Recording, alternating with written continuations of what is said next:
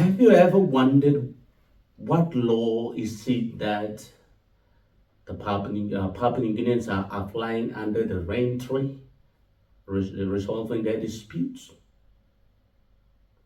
They are applying a law to resolve their situations, their issues. They don't come to the Supreme Court or National Court. They resolve their issues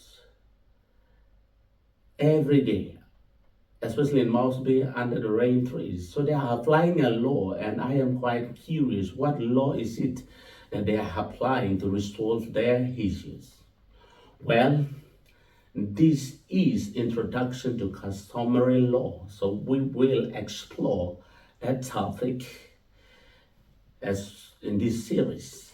So this is just an introduction. I will introduce you to the law that is applicable in this country, even though it is not in written form, but it is active, alive, and well. Every day people are applying it to resolve their issues. So let me take you to the Constitution, especially to Section 9 of the Constitution. That is where the laws that are applicable in Papua New Guinea are listed. Right at the top is the Constitution. It's the supreme law. And then the organic laws. And number 3, the acts of parliament. The laws that are passed by the parliament. And number 4, emergency regulations. And number 5, the provincial laws passed by the provincial governments or provincial assemblies. And number 6, that's subordinate legislative enactments, laws passed by the parliament to deal with temporary situations and so forth, such as state of emergency. And finally, the underlying law. Underlying law is an interesting area of law, so I will now focus my discussion on that particular area of law, because it is a big area of law. I will not be able to cover everything now, but as we continue our series on this particular topic, we will come to look at the details. But for now, let me just give you some brief introduction to customary law and underlying law. So underlying law is a body of law developed by the high courts, the Supreme Court and the National Court, using basically 2 sources of law. Customary law is a worthy Melanesian customs, and of course common law of England, or common law and equity of England, as in force immediately prior to independence. So the underlying law is that body of law that is developed by the high courts using either custom or customary law or common law of England. And if these 2 are not applicable, then the courts can also utilize certain provisions in the Constitution, such as the national goals and directive principles, national social obligations, human rights provisions, and can formulate a rule of law to apply in a particular case. Okay, so the underlying law, according to the Constitution, you only develop the underlying law using custom or common law, especially in a case where there is no known or no applicable rule of law.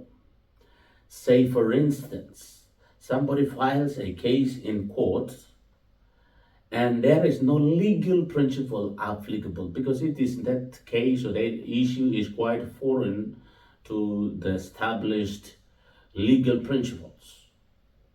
Then the courts can say, sorry, we don't have a legal principle to deal with your case.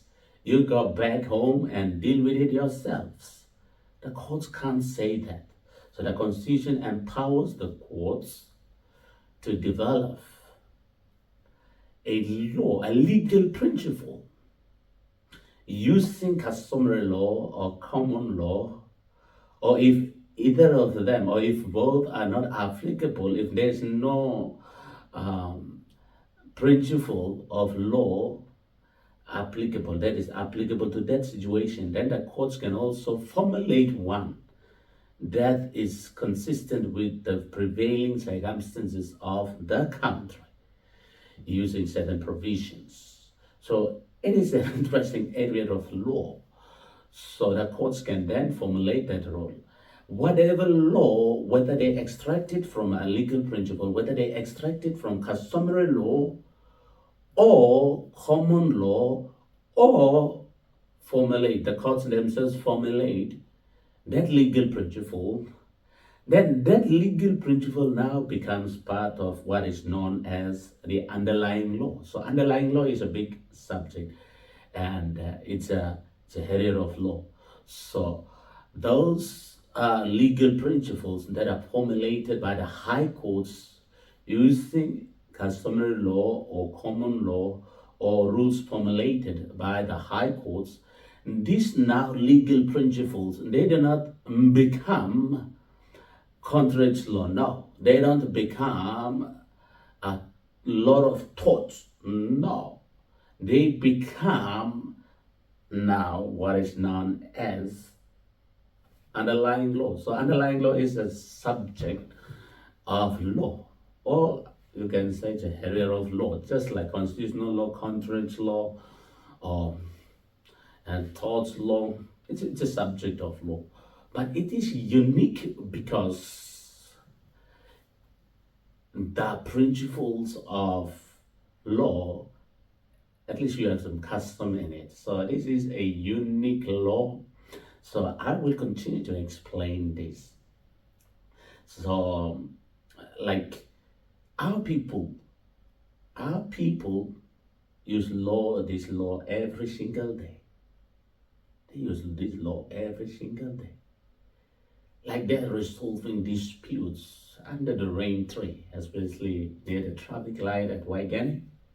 You sometimes wonder what law is it that they are applying to resolve those issues. They're applying a law, and what law is it? Definitely not common law of England, because that law is applied in the courthouse at Waigani. So what law is it that they are applying? Well, Melanesian customary law.